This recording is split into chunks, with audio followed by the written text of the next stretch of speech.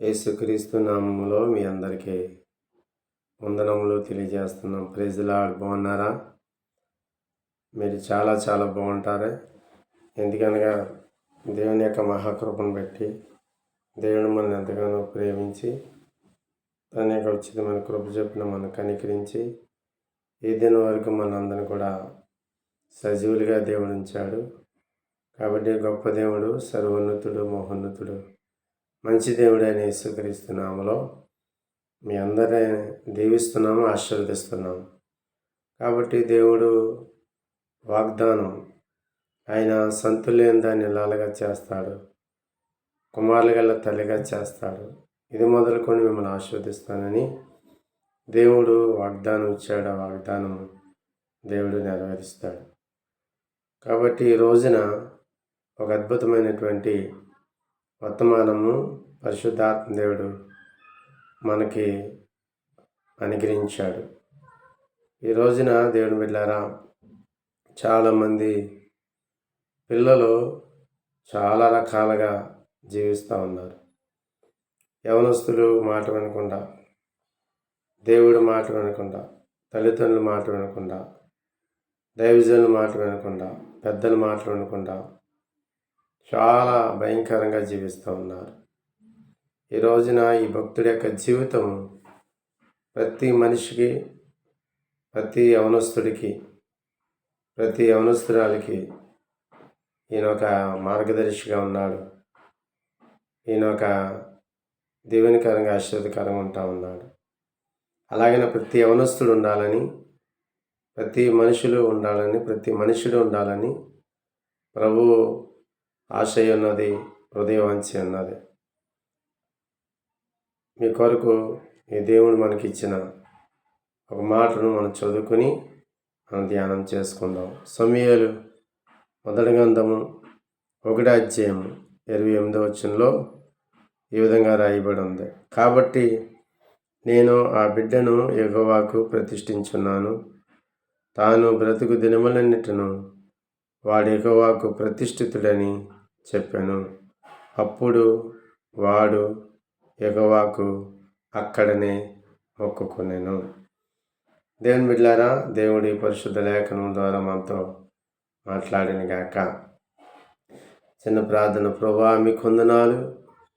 వాక్యము నీది, దాసుడు నీవాడు. నాలోని అందరితో మీరు మాట్లాడండి. మేము మాట్లాడితే మేము బ్రతుకుతాం, జీవిస్తాం, స్వస్థత పొందుకుంటాం, ఆరోగ్యం పొందుకుంటాం, మేలు పొందుకుంటాం, ఉపకారం పొందుకుంటాం, అనేక మందికి సాక్షులుగా ఉండగలుగుతాం.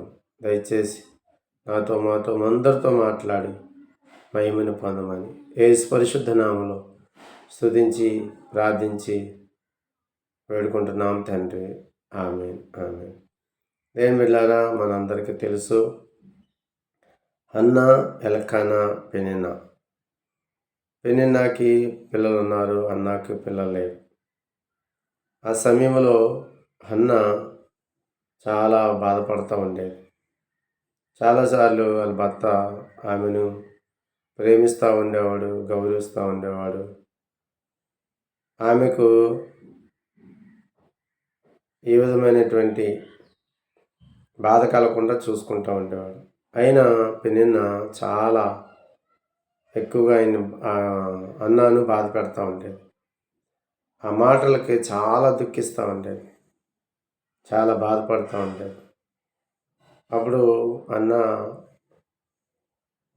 దేవుని సన్నిధికి వెళ్ళి అత్యంత కోపాకారణం బట్టి ప్రార్థన చేస్తూ ఉంది. చూడండి, ఈ రోజుల్లో కోపం వచ్చినప్పుడు ఏదో చేసుకుంటారు, కానీ చాలామంది కోపం వచ్చినప్పుడు రకరకాలుగా ఎన్నో భయంకరమైన ప్రయత్నాలు చేస్తూ ఉంటారు.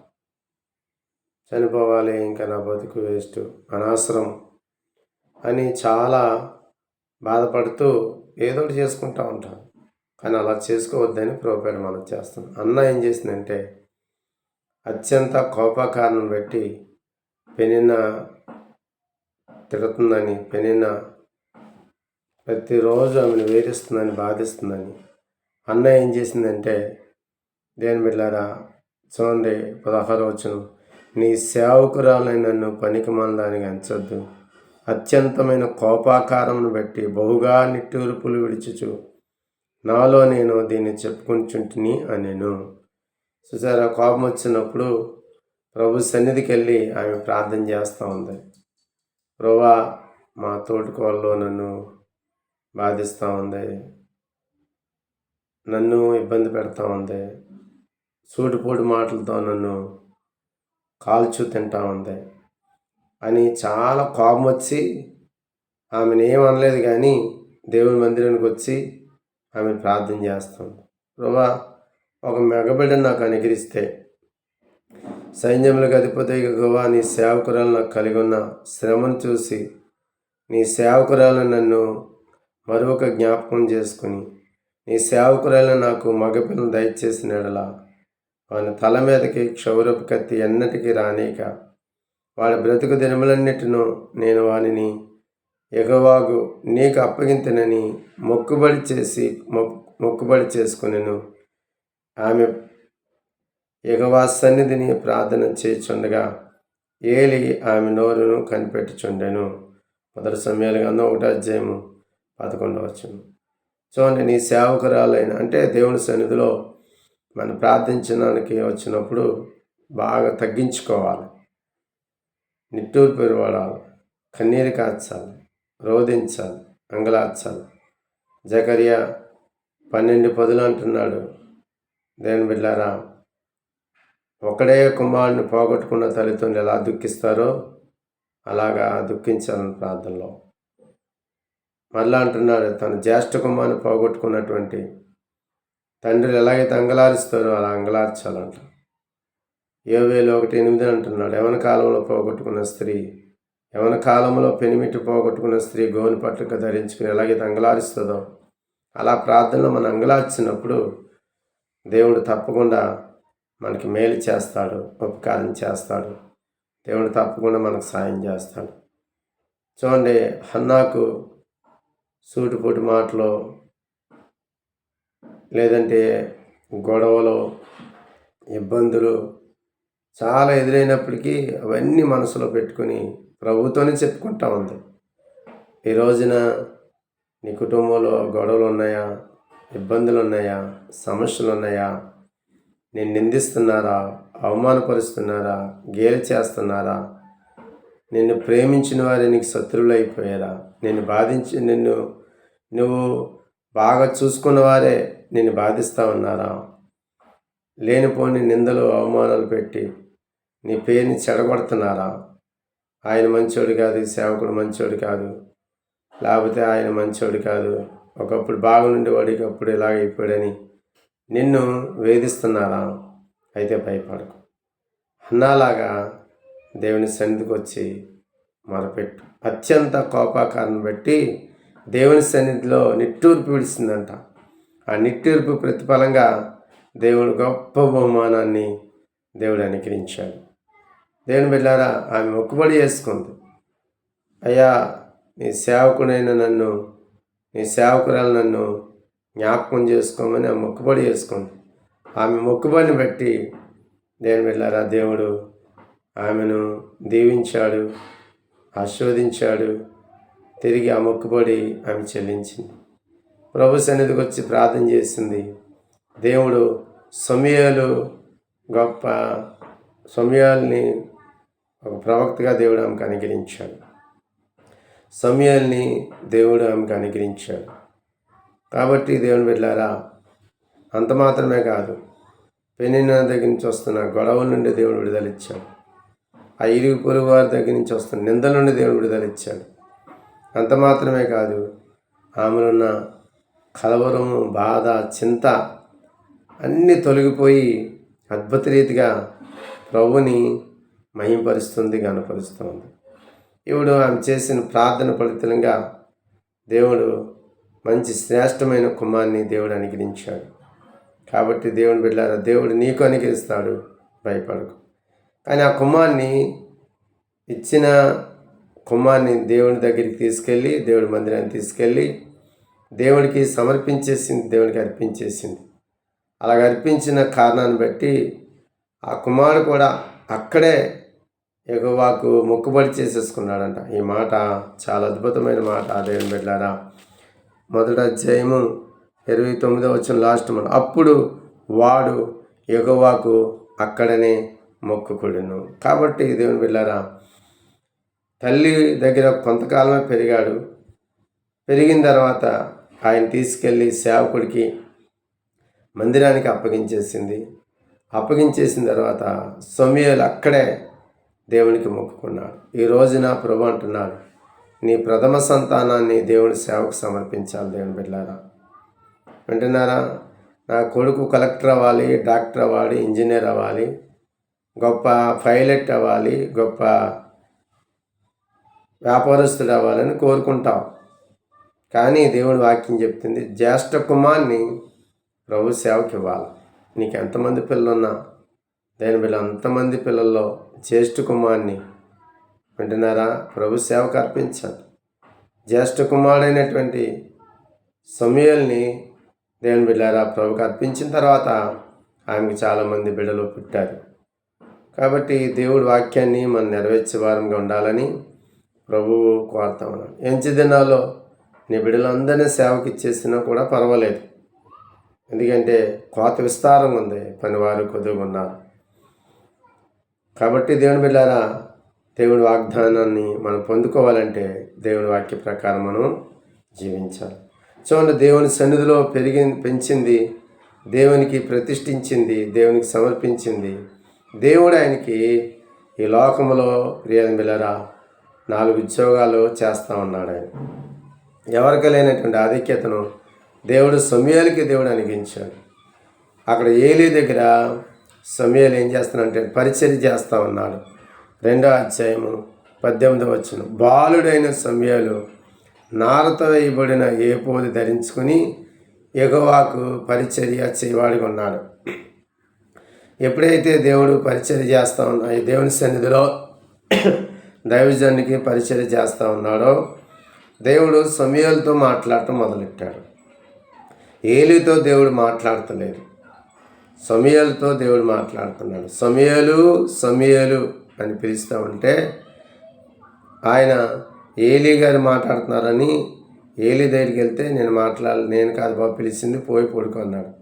అలా 3 సార్లు వెళ్ళాడు. 3 సార్లు కూడా చెప్పాడు, ఈసారి ఎవరైనా మాట్లాడితే చిత్తము నీ దాసుడు ఆలకించున్నాడు అని చెప్పి దేని బిడ్డ చెప్పమని సమూయేలుతో ఏలీ చెప్పాడు. చూడండి, దైవజనుడి యొక్క స్వరంతోనే దేవుడు సమూయేలుతో మాట్లాడుతున్నాడు. ఎంత గొప్ప సంగతి చూసారా? దైవజనుడు అయినటువంటి సమూయేలు దగ్గర, దైవజను దగ్గర ఏలీ దగ్గర సమూయేలు ఉంటున్నాడు. కాబట్టి ఏలీ యొక్క స్వరంతోనే దేవుడు సమూయేలుతో మాట్లాడుతూ ఉన్నాడు. దేవుని బిడ్డలారా, మీ బిడ్డలను దేవునికి ప్రతిష్ఠిస్తే దేవుడు వాళ్ళని వాడుకుంటాడు, దేవుడు వాళ్ళని బలపరుస్తాడు, దేశానికి దీవెనకరంగా ఆశీర్వాదకరంగా దేవుడు మారుస్తాడు. దేవుడు వాళ్ళని గొప్ప ఉన్నతమైన స్థితిలోకి, స్థానంలోకి తీసుకెళ్తాడు. దేవునికి ప్రతిష్ఠించాలి, దేవునికి సమర్పించాలి. చూడండి, బహు కొద్ది దినాలు మాత్రమే సమూయేలు అన్నా దగ్గర పెరిగాడు. కానీ ఎక్కువ దినాలు మందిరంలో పెరిగాడు. ఎక్కువ సంవత్సరాలు దేవుడి దగ్గర ఉన్నాడు. కాబట్టి దేవుడు స్వరం వింటున్నాడు. ఈ రోజున మనమందరం కూడా దేవుని స్వరం వినాలి. దేవుని స్వరం వింటేనే ఆయన మనకు భవిష్యత్తు ఏంటో, ఆయన ప్రణాళిక ఏంటో దేవుడు మనకే బయలుపరుస్తూ ఉంటాడు. దేవుని బిడ్డలారా, ఎప్పుడైతే దేవుని స్వరం విన్నాడో దేవుడు ఆయనకి, దేవుని బిడ్డలారా,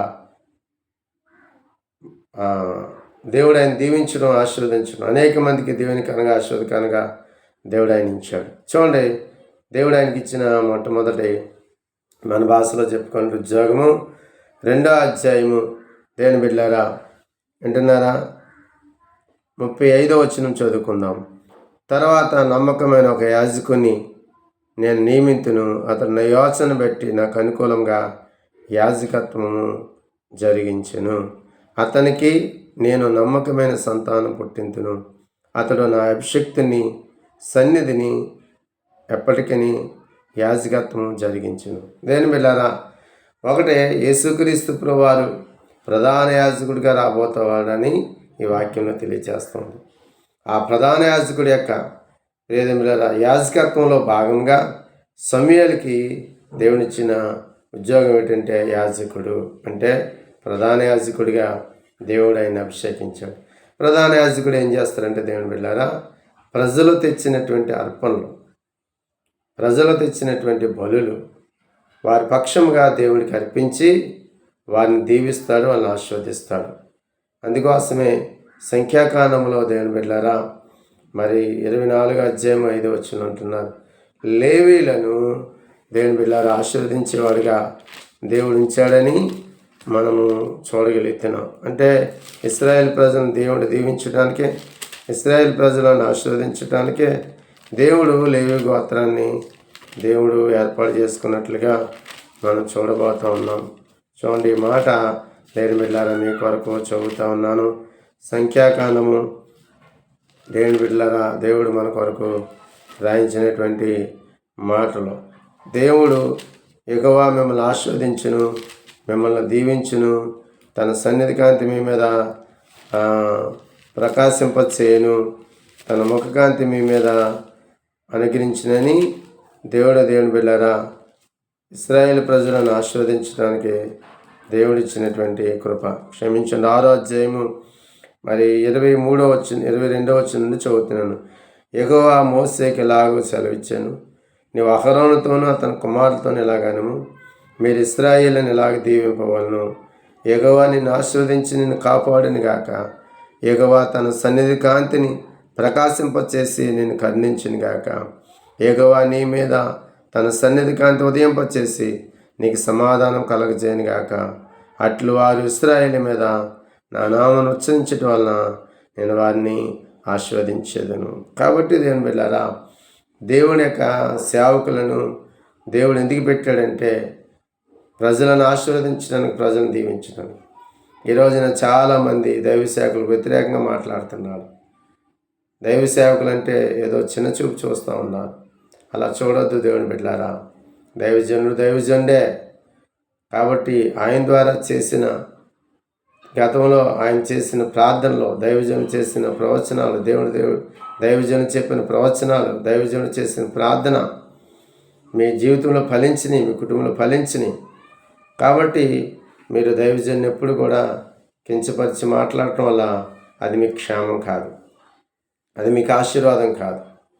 అలా చేసినట్లయితే దేవుని బిడ్డలారా గతంలో పొందుకున్నదన్నీ కూడా, మరి గతంలో దీవించబడిన ఆశీర్వాదాలన్నీ కూడా కోల్పోయే ప్రమాదం ఉంటుంది. కాబట్టి ఇప్పుడే ఏ దైవజనునైనా మీరు తునీకరించినట్లయితే, నిందించినట్లయితే, మనసులో హీనపరిచినట్లయితే, తప్పుగా అపార్థం చేసుకున్నట్లయితే, దేవుని బిడ్డలారా దైవజనుని మీద మీరు కోపగించుకున్నట్లయితే, దైవజనుని మీద చిన్న మాటలు వ్యతిరేకంగా మాట్లాడినైతే ఇప్పుడే క్షమించమని అడగండి. అది మీకు క్షేమం.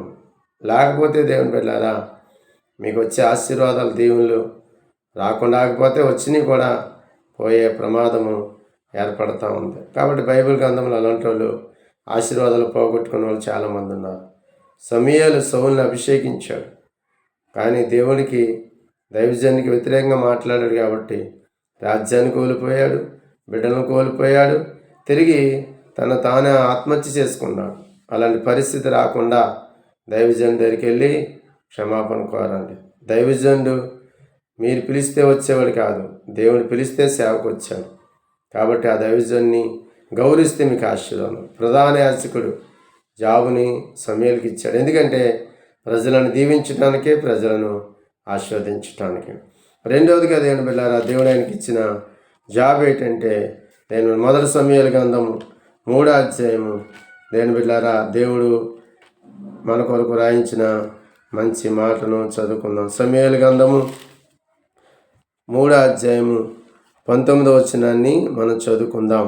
దేవుడు సమూయేలుకి ఇచ్చిన రెండవ ఉద్యోగం. సమూయేలు పెద్దవాడు కాగా యెహోవా అతనికి తోడై ఉన్నందున అతని మాటలలో ఏదీ తప్పిపోలేదు. కాబట్టి సమూయేలు యెహోవాకు ప్రవక్తగా స్థిరపడినని దాని మొదలుకొని బెయేర్షెబా వరకు ఇశ్రాయేలులందరూ కూడా తెలుసుకునేది. దేని వల్ల అంటున్నారు, దాని మొదలుకొని బెయేర్షెబా వరకు దేవుని బిడ్డలారా సమూయేలుని ప్రవక్తగా స్థిరపరిచాడు. ప్రవక్త, దేవుని బిడ్డలారా ప్రవక్త. చూడండి, సమూయేలుని వాళ్ళ తల్లిగారు ప్రతిష్ఠించింది కాబట్టి, సమూయేలుని వాళ్ళ తల్లిగారు సేవకు సమర్పించింది కాబట్టి, సమూయేలు వాళ్ళ తల్లిగారు మొక్కుబడి చేసుకున్న ప్రకారం దేవునికి ఇచ్చింది కాబట్టి, దేవుడు ఆయనకి ప్రధాన యాజకుడు ఉద్యోగం ఇచ్చాడు. రెండవది, ప్రవక్తగా దేవుడు ఆయన అభిషేకించాడు. అంటే ప్రవక్త ఏం చేస్తాడంటే దేవుడి స్వరం విని దేవుడు ఏది చెప్పమన్నాడో అది ప్రజలకు చెప్తాడు. అప్పుడు బిడ్డలారా ప్రజలు ఏం చేస్తారంటే మార్పు చెంది మారుమనసు పొంది బిడ్డలారా తిరిగి దేవుడి దగ్గరికి వస్తారు. ప్రవక్త దేవుడి స్వరం వింటాడు. దేవుడి స్వరం విని ప్రజలకు దేవుడు చెప్పింది చెప్తాడు. రాజైనా అధికారులైనా ఎవరైనా సరే ఖచ్చితంగా దేవుడు చెప్పింది వారికి ధైర్యంగా చెప్పేవారిని ప్రవక్త అంటారు. కాబట్టి అలాంటి ఉద్యోగం దేవుడు అనిగించాడు. ఆ రోజుల్లో ఏలికి దేవుడి స్వరం వినబట్టలేదు. బిడ్డలారా ఇశ్రాయేలు దీపం ఆరిపోక మునిపే సమూయేలుని దేవుడు సిద్ధపరిచాడు. కాబట్టి దేవుడు నీ బిడ్డలను కూడా దీవించాలి, ఆశీర్వదించాలి, అభిషేకించాలని దేవుడు కోరుకుంటా ఉన్నాడు. కాబట్టి దేవుని బిడ్డలారా వినండి, ఈ మాటను జాగ్రత్తగా వినండి. దేవునికి ఎప్పుడైతే మీరు సమర్పించుకుంటారో, మీ బిడ్డలను సమర్పిస్తారో దేవుడు వాళ్ళని వాడుకుంటాడు, దేవుడు వాళ్ళని దీవిస్తాడు, ఆశీర్వదిస్తాడు. కాబట్టి రెండవదిగా సమూయేలుకి ఇచ్చిన ఆధిక్యత దేవుడు ఏంటంటే ప్రవక్త. ఈ రోజున దేవుని బిడ్డలారా చాలామంది ప్రవక్తలు మన దేశంలో ఉన్నారు. ఆ ప్రవక్తలను మీరు గౌరవించాలి, ప్రవక్తలను ప్రేమించాలి. కాబట్టి ఆ ప్రవక్తల మాట వింటే దేవుడు మీకు మేలు చేస్తాడు. దేవుడు స్వరం మీకు వినబడుతుంది. దైవజనులు ప్రియదేవులారా మరి హిజ్కియా ఫ్రాన్సిస్ గారు మన భారతదేశంలో గొప్ప ప్రవక్త.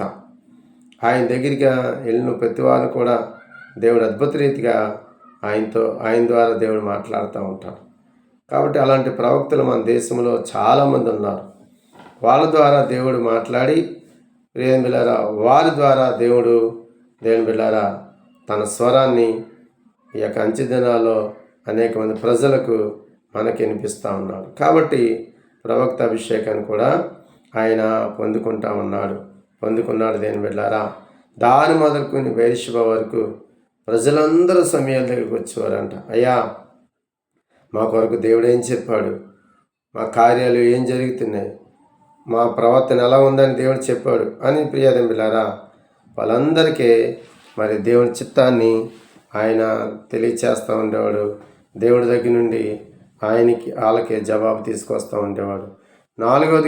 మూడవదిగా దేవుని బిడ్డలారా మనం చూస్తే అదే సమూయేలు గ్రంథంలో పరిశుద్ధాత్మ దేవుడు మరొక మాటను మన కొరకు రాయించాడు. దేవుని బిడ్డలారా సమూయేలుని దేవుడు మూడవదిగా ఆయనకి ఇచ్చింది ఏంటంటే దేవుని బిడ్డలారా న్యాయాధిపతి ఉద్యోగాన్ని దేవుడు ఆయనకి అనుగ్రహించాడు.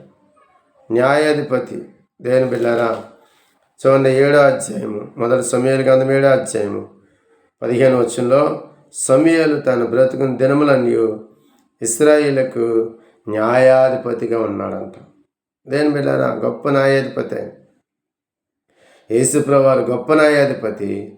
ఆ న్యాయాధిపతికి మార్గదర్శిగా, ఆ న్యాయాధిపతికి ముందుగా సమూయేలుని దేవుడు న్యాయాధిపతిగా చేశాడు.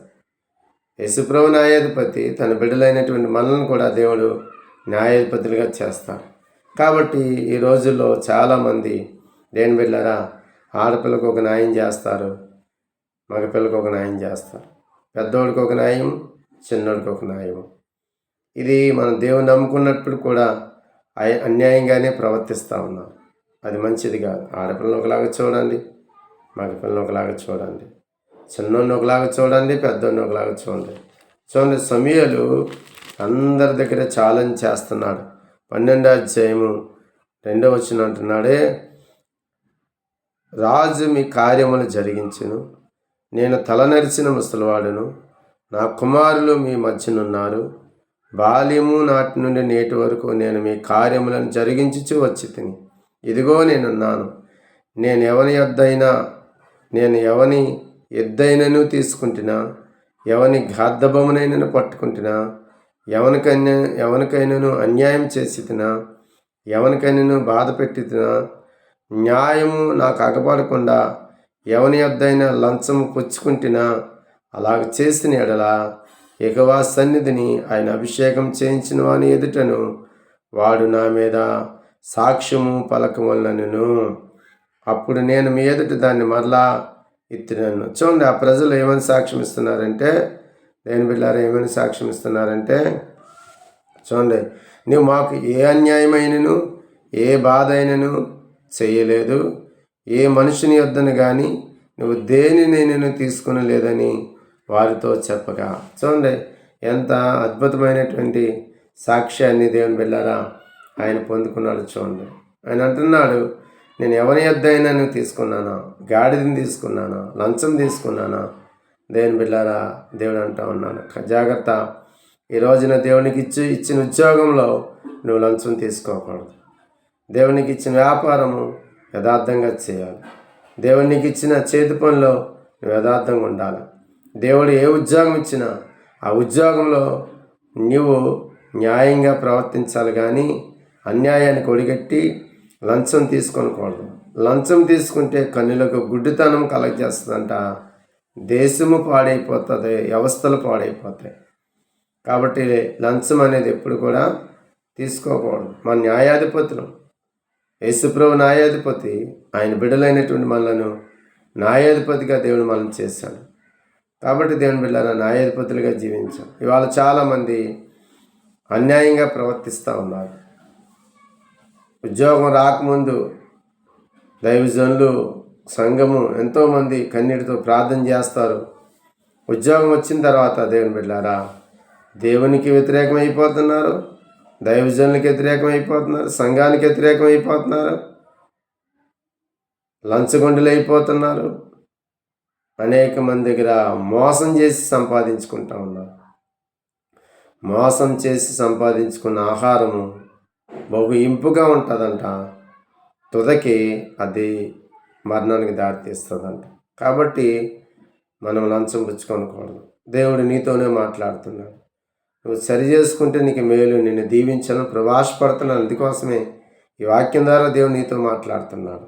ఉన్న దాంట్లో తృప్తి చెందటం వల్ల దేవుడు సంతోషిస్తాడు, దైవజనుడు సంతోషిస్తాడు, సంఘం కూడా సంతోషిస్తాడు. నువ్వు అన్యాయంగా లాభం సంపాదించి అన్యాయంగా లంచాలు తీసుకుని బిల్డింగుల మీద బిల్డింగులు కట్టి స్థలాలు కొని దేని బిళ్ళారా విస్తారంగా సంపాదించి దాంట్లో దశంభాగం తీసేస్తున్నాను పర్వాలేదు అనుకుంటే దాన్ని అసలు దేవుడు లక్ష్య పెట్టడు, అసలు ఇష్టపడడు దేవుడు. అసలు దేని బిడ్డ జాగ్రత్త. కయ్యని అర్పణ దేవుడు లక్ష్య పెట్టలేదు, ఏబేలు అర్పణ లక్ష్య పెట్టేవాడు. జాగ్రత్త, కయ్యనిలాగా నువ్వు ఉండకూడదు, నిన్నర బిలాములాగా నువ్వు ఉండకూడదు, గెహాజీలాగా నువ్వు ఉండకూడదని ప్రభు కోరుతా ఉన్నాడు. కాబట్టి న్యాయాధిపతిగా న్యాయంగా జీవించాలి. న్యాయంగానే నువ్వెక్కడున్నా, విదేశాలున్నా, ఆఫీసులున్నా, స్వదేశంలో ఉన్నా, ఇంట్లో ఉన్నా, స్త్రీలైనా పురుషులైనా అందరి పట్ల ఒకే న్యాయం కలిగి ఉండాలని ప్రభు ఈ వాక్యం ద్వారా నీతోనే మాట్లాడుతున్నాడు. దేవుని బిడ్డ, ఈరోజు నిన్ను ఎంతో ఉన్నతంగా దేవుడు దీవించాలని ఆశించాలని, ఎంతో ఉన్నతంగా హెచ్చించాలని ఆశపడుతున్నావు. ఈ చిన్న చిన్న తుచ్చమైన వాటికి లొంగిపోయి ఎందుకు దేవుడి ఆశీర్వాదం పోగొట్టుకుని పరలోక రాజ్యాన్ని దూరం చేసుకుంటావు? అలా చేయొద్దని ప్రేమతో నిన్ను బ్రతిమలాడుతూ ఉన్నాను. చివరిగా దేవుని బిడ్డలారా, సమూయేలుకి దేవుడిచ్చిన ఆధిక్యత ఏంటంటే దీర్ఘదర్శి ఆధిక్యత దేవుడు అనిగించాడు. మొదటి సమూయేలు గ్రంథము 9వ అధ్యాయంలో ప్రియాదేవి బిడ్డలారా వింటున్నారా? అక్కడ దీర్ఘదర్శి అనే మాట కనబడుతూ ఉంది. 9:9 దేవుడు మాట్లాడుతూ ఉన్నాడు. అలాగనే 9వ అధ్యాయము 15వ వచనంలో 19వ వచనంలో కూడా సమూయేలు సౌలుతో, నేను దీర్ఘదర్శిని, ఉన్నత స్థలమునకు నాకు ముందుగా వెళ్ళిడి. నేడు మీరు నాతో కూడా భోజనం చేయవలను. రేపు నీ మనసులో ఉన్నదంతయు నీకు తెలియజేసి నిన్ను వెళ్ళనిచ్చేది నన్ను. దేవుని బిడ్డలారా, దేవుడు ఆయన నాలుగిచ్చిన ఆధిక్యత ఏంటంటే దీర్ఘదర్శి. సౌలు గాడిదలు పోగొట్టుకున్నప్పుడు చాలా దేశాలు తిరిగాడు, కానీ ఎక్కడా కూడా చూడండి ఎంత విచిత్రం అంటే, గాడిదలు పోయినప్పుడు దేశాలు ఎవరో తిరగరు, కానీ ప్రియమిల్లరా సమూయేలు తిరిగాడు. మొదటి సమూయేలు గ్రంథం 9:4 అతడు పోయి ఎఫ్రాయిమును మన్యము తిరిగి షాలీషా దేశమును సంచరింపగా అవి కనపడలేదు. రెండో దేశము షయలీము దేశం, అవి కనపడలేదంట. మూడో దేశము బెన్యామీను దేశం, గాడిదలు కనపడలేదంట. నాలుగో దేశము చూపు దేశం. ప్రియమిల్లారా, ఇన్ని ప్రాంతాల్లో దేవుడు గాడిదలు ఎదుర్కొన్నప్పటికీ అవి దొరకలేదు. కానీ ఎప్పుడైతే దేవుడి యొక్క దైవజన్ దగ్గరికి వాళ్ళు వచ్చారో అప్పుడే దేవుని బిళ్ళారా ఆ గాడిద బొమ్మలు దొరికినాయి. కాబట్టి దీర్ఘదర్శి ఏం చేస్తారంటే, ఎవరి వస్తువులైనా పోయినప్పుడు దేవుడి దగ్గర అడిగి ప్రార్థన చేసి దేవుని బిళ్ళారా అవి కనుగొంటారు, తెలుసుకుంటారు. కాబట్టి తర్వాత సమూయేలు దగ్గరికి వచ్చిన తర్వాత పలానా చోట నీ గాడిదలు ఉన్నాయి అని చెప్పడం మాత్రమే కాకుండా, దేవుడు నిన్ను ఇశ్రాయేలుకి రాజుగా చేయబోతున్నాడని దేవుడి యొక్క సౌలు పట్ల కలిగి ఉన్న చిత్తాన్ని బయలుపరుస్తూ ఉన్నాడు. సౌలు పట్ల దేవుడు కలిగి ఉన్న ప్రణాళికను బయలుపరుస్తూ ఉన్నాడు. కాబట్టి దేవుని బిళ్ళారా దేవుడు అద్భుత రీతిగా సాయం చేస్తాడు. కాబట్టి దేవుడు మన పట్ల ప్రణాళిక కలిగి ఉన్నాడు. గొప్ప ప్రేమ గల అపోస్తుడు దేవుని బిళ్ళారా జీసస్ కాలేజ్ వ్యవస్థాపకులు డాక్టర్ డిజెస్ దినకన్నయ్య గారు, దేవుని బిళ్ళారా ఆయన ఇంటర్వ్యూలో చనిపోదాం ఉన్నప్పుడు రైల్వే స్టేషన్కి వెళ్ళి రైలు పట్టాల దగ్గరికి వెళ్ళి చనిపోదాం అన్నప్పుడు అంకులు అలా ఒక పోలీస్ అంకులు వచ్చి వెనక్కి చెత్త లాగేసి, నువ్వు చనిపోవక్కర్లొద్దే వేసే నీ కొరకు చనిపోయాడని చెప్పి ఆయన స్వార్థ చెప్పిన తర్వాత ఇంట్లోకి వెళ్ళి 4 గంటలు ప్రార్థన చేసుకున్నట్టు ఆయన పరిస్థితులన్నీ దేవుడు మార్చాడు. ఇంటర్ పాస్ అయ్యాడు. తర్వాత అదే బ్యాంకులో క్లర్క్ ఉద్యోగం వచ్చింది. ఆయన బీఎస్సీ చేశాడు. తర్వాత చార్టర్డ్ అకౌంట్ చేశారు. ఆ బ్యాంక్ మేనేజర్ అయిపోయాడు. కారిన్ యూనివర్సిటీ కట్టమన్నారు, జీసస్ కాలేజ్ స్థాపించమన్నారు. అంటే ఇవన్నీ కూడా దేవుడు ప్రియమిల్లరా తన ప్రణాళిక ఏంటో బయలుపరుస్తాడు. డిజెస్ దినకన్న గారు దేవుని బిళ్ళారా అనేక మందికి, లక్షలాది మంది ప్రజలకు దీవెనకరంగా ఆశీర్వాదకరంగా మారిపోయారు. కాబట్టి ఆయన అంటారు, మన పట్ల దేవుడు ప్రణాళిక కలిగి ఉన్నాడు, ఆ ప్రణాళికను తెలుసుకోవాలని. కాబట్టి దేవుడు మన పట్ల కలిగి ఉన్న ప్రణాళిక మనం తెలుసుకుంటే మనం ఏం చేయాలో ఏం చేయకూడదో దేవుడు అద్భుత రీతిగా మనతో మాట్లాడతాడు, సహాయం చేస్తాడు. కాబట్టి సమూయేలుకి దేవుడు అలాంటి కృపను, ఆధిక్యతను దేవుడు అనుగ్రహించాడు. అంత మాత్రమే కాదు ప్రియమిల్లరా, సమూయేలు గొప్ప ప్రార్థనాపరుడిగా ఉన్నాడు. సమూయేలు గొప్ప జ్ఞానవంతుడిగా ఉన్నాడు.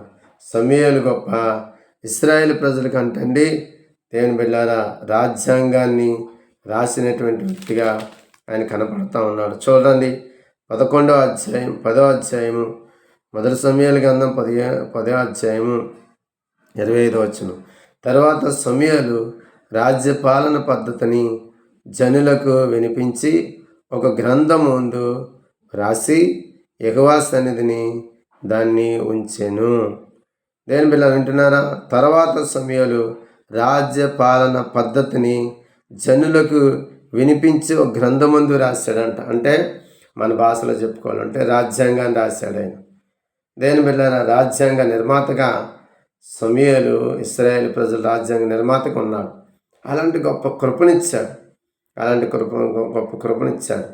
మన భారతదేశానికి రాజ్యాంగ నిర్మాతగా డాక్టర్ బిఆర్ అంబేద్కర్ ఎలాగైతే రాజ్యాంగాన్ని రాశారో అలాగనే దేవుని బిళ్ళారా దానికన్నా ముఖ్యంగా దేవుని బిళ్ళారా ప్రతి దేశానికి ఈ సమూయేలు గారు రాసినటువంటి రాజ్యాంగాన్నే ప్రతి వాళ్ళు కూడా అమలు చేసుకుని అనేక రాజ్యాలు దాని ప్రకారం నడిపించుకున్నారు. అలాంటి గొప్ప ఆధిక్యత అంటే ఏ రాజు వచ్చినా దేవుడు నియమం ప్రకారము, కట్టడం ప్రకారము, ఆజ్ఞల ప్రకారము, శాస్త్రం ప్రకారం, ధర్మశాస్త్రం ప్రకారము దేవుని బిడ్డలారా ఆ యొక్క పరిపాలన అందించాలని ఆ యొక్క సమూయేలు ఒక గ్రంథాన్ని రాశాడు. అంటే రాజ్యాంగం రాయాలంటే ఎంత జ్ఞానం కావాలో ఆలోచించేయండి, ఎంత చదువు ఉండాలో ఆలోచించేయండి.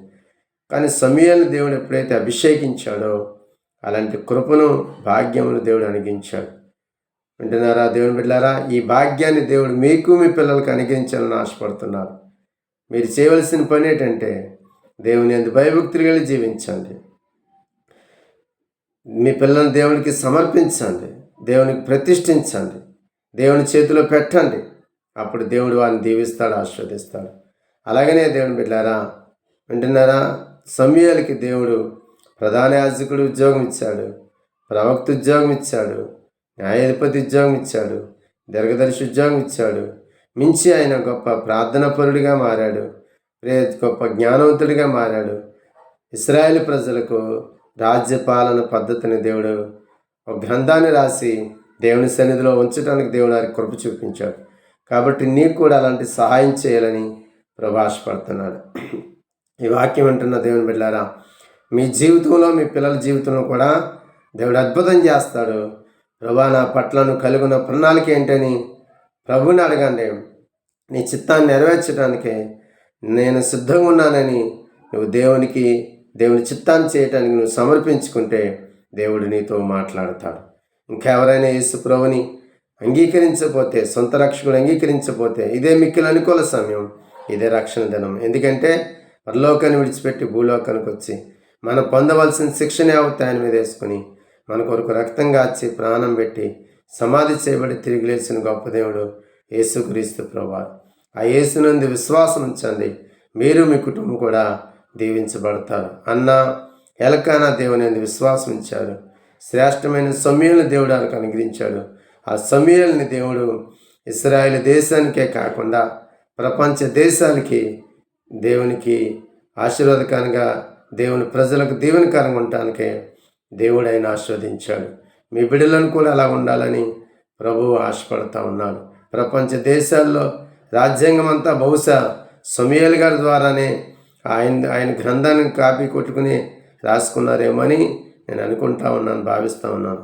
కాబట్టి దేవుడు అలాంటి కృపను మీకు మీ బిడ్డలకు ఇవ్వాలని ఆశపడుతూ ఉన్నాడు. ఈ మాటలు వింటున్నటువంటి దేవుని బిడ్డలారు, ఇప్పుడే మీ హృదయాల ప్రభువుకు సమర్పించండి, మీ జీవితాల ప్రభువుకు సమర్పించండి, మీ బిడ్డలను ప్రభువుకు సమర్పించండి. ప్రభువా తండ్రి, నా పట్ల కలుగున్న ప్రణాళిక ఏంటి ఆయన బయలుపరచండి. నా ద్వారా నీ పని జరగాలి, కొన్ని ఆత్మ రక్షణ పొందాలి, నీ రాజ్యం కట్టబడాలి. నాకు ఈ ఉద్యోగం ఇచ్చా, ఉద్యోగంతో నిన్ను మహింపరచాలి, వ్యాపారంలో నేను నమ్మకం ఉండాలి, ఉద్యోగంలో నమ్మకం ఉండాలి, దైవజన్ దగ్గర నేను పరిచారకుడిగా ఉండాలి, నీ రాజ్యం కట్టాలి అనేటువంటి గొప్ప తీర్మానంతో మీరు ముందుకు సాగాలని ప్రభుపేట మనవి చేస్తున్నాను. మీకు ప్రార్థన చేస్తాను. ప్రార్థన చేసుకుందాం, కళ్ళు మూసుకుందాం. సకలాశీర్వాదములకు కానుభూతుడైన మా ప్రియ పరులకు మా తండ్రి, నీ ఘనమైన శ్రేష్టమైన ఉన్నతమైన నామపేట కృతజ్ఞతాస్తుతులు స్తోత్రాలు యేసు నామములో తండ్రి. ఈ వాక్యం అంటున్న వారందరి జీవితంలో అద్భుతాలు, గొప్పకాలు, సూసుకీలు, మార్చికాలు జరిగించండి. పశ్చాత్తాపం కలగచేయండి. వారి పాపములు క్షమించండి, వారి దోషములు క్షమించండి, వారి అతిక్రమలు క్షమించండి. పరిశుద్ధాత్మ రక్షణ లేని రక్షణ, మారు మనసు లేని మారు మనసు, ఇతరులు విమర్శించి గాయపరిచి నిందించి నాయన బాధించే తత్వమునైనా ప్రతి వాళ్ళని తీసివేసి నీకు ఇష్టలుగా జీవించడానికి కృప చూపించండి. ఒక్కొక్కరి జీవితంలో నీ గొప్ప కార్యం జరిగించండి. అయా తండ్రి, రక్షణ, మారు మనసు, పరిశుద్ధాత్మ నింపుదల, అపోస్తుల బోధ, సావాసం, రొట్టె విరుచుట, పరిపూర్ణత, సంపూర్ణత, పరిశుద్ధ జీవితం, ప్రేమగల జీవితం ప్రతి వారికి మీరు అనుగ్రహించి అయా తండ్రి, అయా ఈ లోకంలో జయ జీవితం జీవించడానికి సాయం చేయండి. అయా తండ్రి, వారికి ఇచ్చిన వ్యాపారాలను దీవించండి, కుటుంబాలను దీవించండి, ఆయన ఉద్యోగాలను దీవించండి, చేతి పనులు దీవించండి, పనిపాట్లను దీవించండి. ప్రభా, మీ సన్నిధిని శక్తితో నింపి నడిపించండి. నాయన ఎవరైతే ఇప్పుడు నాయన ఈ వాక్యాన్ని పశ్చాత్తాపడుతున్నారో వారి జీవితంలో గొప్ప కార్యం, అద్భుతం జరిగించి మేలిచ్చేయమని ప్రార్థన చేస్తూ నాయన తండ్రి, మీ సన్నిధిని, సావాసం, శక్తిని మీరు అనుగ్రహించండి. రాకడ సిద్ధంగా ఉంది కనుక, నీ రాకడ సమీపంగా ఉంది కనుక అయా తండ్రి, మేము బిడ్డలందరూ కూడా సిద్ధపడి అనేక మందిని సిద్ధపరిచి నీ రాకడ కొరకు నాయన అందరిని ఆయుత్తపరచమని తండ్రి, సిద్ధపరచమని ఈ వాక్యం వింటున్న వారు ప్రతి వారి జీవితంలో నాయన తండ్రి నీ దీవెనలు, ఆశీర్వాదం మెండుగా కుమ్మరించి పరిశుద్ధాత్మతో నింపి నడిపించి మహిమ పొందమని ప్రతి వారికి విశ్వాస జీవితం, ప్రేమగల జీవితం, నమ్మకం గల జీవితం, విధేయత గల జీవితం, సాత్వికం గల జీవితం, మంచి మనస్సాక్షి గల జీవితం ప్రతి వారికి మీరు అనుగ్రహించమని, ఇప్పుడే ఎవరైతే అనారోగ్యంగా ఉన్నారో యేసు నామములు ఇప్పుడే వాళ్ళని స్వస్థపరచండి, వారికి ఆరోగ్యం దయచండి, బలము దయచండి, శక్తి దయచండి. మీ దేవుని ఆశను కుమ్మరించి మహిమ పొందమని మహిమా ఘనత ప్రభావం మీకు ఆరోపించుకుంటూ యేసయ్య సర్వశక్తి గల నామములో స్తుతించి ప్రార్థించి వేడుకుంటున్నాం పరమ తండ్రి. ఆమేన్. యేసు రక్తమే జయం, సిలువ రక్తమే జయం, ప్రవేశం సంపూర్ణ విజయం, అపానికి నాశనం కలిగిన గాక. పరమ తండ్రి యొక్క ప్రేమ, ప్రభు అయిన యేసుక్రీస్తు ప్రభువు యొక్క కృప, పరిశుద్ధాత్మ యొక్క అన్యోన్య సహవాసము, ఆయన సన్నిధిని, శక్తిని ఈ వాక్యం వింటున్న వారందరి జీవితాలకు, దైవజనుల కుటుంబాలకి, పరిచర్లకు సదాకాలం మనకు తోడే నడిపించును గాక. Amen. Amen. God bless you. దేవుడు మిమ్మల్ని, మీ కుటుంబాన్ని దీవించును గాక. లైక్ చేయండి, సబ్స్క్రైబ్ చేయండి, కామెంట్లు పెట్టండి. ఏదైనా ప్రార్థన అవసరం ఉంటే తప్పకుండా తెలియచేయండి. దేవుడు మీకు సమృద్ధికరమైన ఆశీర్వాదాలు దేవుళ్ళు దయచేయను గాక. ఆమేన్. నూతన నిరీక్షణ ప్రార్థన మందిరంలో ప్రతి ఆదివారం ఆరాధన జరుగుతుంది. ఉదయం 10 గంటల నుండి 9:30 నుండి 12:30 వరకు ఆరాధన జరుగుతుంది. శుక్రవారం ఉపవాస ప్రార్థన జరుగుతున్నాయి. దేని బిడ్డలారా, ఈ నెల 29, 30, 31, 1వ తారీఖుని 4 రోజులు ఉపవాస ప్రార్థన జరుగుతున్నాయి. మిమ్మల్ని అందరినీ ప్రేమతో ఆహ్వానిస్తున్నాను. కుటుంబాలుగా రండి. మరొక వాక్యములు ఎదగటానికి, పరిశుద్ధాత్మ సన్నిధిలో ఎదగటానికి, పరిశుద్ధాత్మ నడిపించబడటానికి ఈ వర్తమానాలు ఆలకించండి. వాక్య ప్రకారం నడుచుకోండి. దేవుడు మిమ్మల్ని, మీ కుటుంబాలను సమృద్ధిగా దీవించి ఆస్వాదించును గాక. ఆమేన్.